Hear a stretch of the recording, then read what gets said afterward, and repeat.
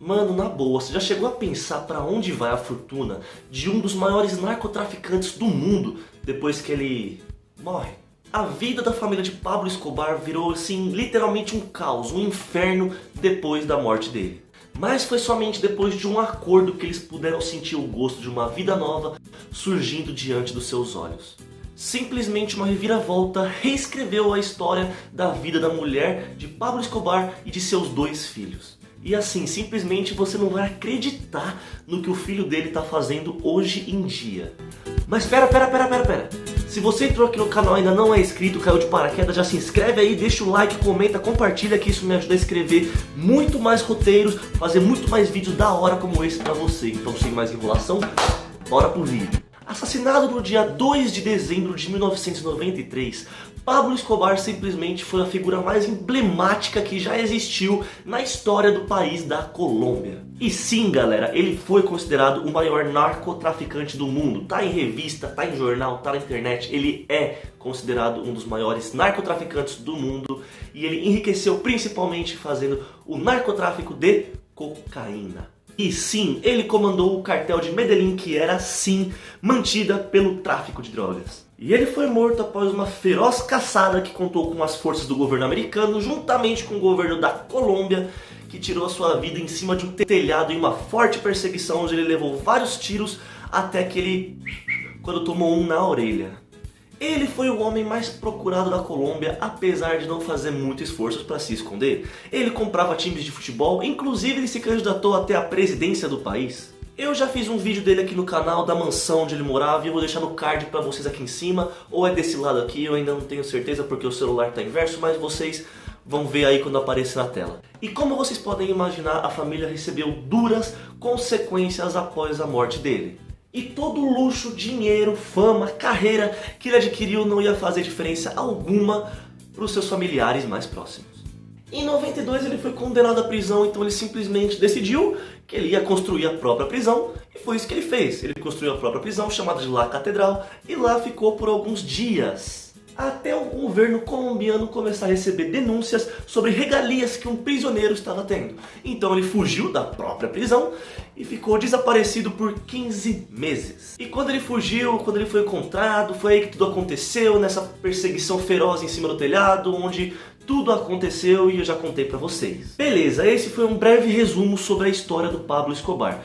Mas o que aconteceu com a família dele depois que ele morreu? O que aconteceu com o dinheiro? O que aconteceu com a herança? Vamos dizer assim. Assim que ele morreu, a família dele teve que concentrar todas as suas forças para encontrar um lugar seguro onde eles pudessem ficar, já que os outros cartéis cobrariam caro pela morte da maior figura que já existiu no tráfico. Eles tentaram então, fugindo durante 8 meses, a algum lugar, algum país que aceitasse eles. Mas vários países rejeitaram eles, inclusive eles já foram até vítimas de tentativas de homicídio. Maria, Juan Pablo e Emanuel, que era a esposa viúva e os 2 filhos do narcotraficante, só conseguiram achar exílio em um país 8 meses depois da morte do narcotraficante. E eles só conseguiram exílio lá na Argentina. Eles fizeram um acordo com o governo colombiano para eles mudarem seus nomes e irem viver tranquilamente lá em Buenos Aires e poder assim começar do zero. Só que uma coisa que fica na minha cabeça assim é como é que eles fizeram um acordo com o governo se o governo já estava do lado do Pablo Escobar, a maioria do governo colombiano era corrupto, então ficou no ar essa questão, né? Maria e Juan foram os únicos a trocar de nome, já que Manuel era apenas um bebezinho, e hoje eles vivem anonimamente lá na Argentina. Beleza, já contei uma breve história aí de como é que a família dele fugiu, como é que a família dele foi exilada, o acordo que eles fizeram, beleza. Mas aí o que não quer calar? Como é que ficou a fortuna de Pablo Escobar para sua família? A Maria e o Juan disseram que Pablo não deixou um centavo sequer para eles. Mas aí a pergunta que não quer calar é como é que eles conseguiram se reerguer lá na Argentina? Me responde, porque hoje eles estão lá, eles são classe média alta. Então como é que eles conseguiram se reerguer na Argentina? Tudo bem, fica um questionamento aí, mas vamos pensar por um outro lado. Se eu fosse uma mulher e tivesse casada com um narcotraficante que tivesse dinheiro assim que ele esconde no teto, na parede, eu ia separar em algum lugar e esconder em algum lugar, em algum outro país, obviamente, um dinheiro para poder, sei lá, caso acontecesse alguma coisa com ele. Vocês não concordam? Deixa aí no comentário se vocês concordam. Naturalmente esperava que eles herdassem o dinheiro do Pablo.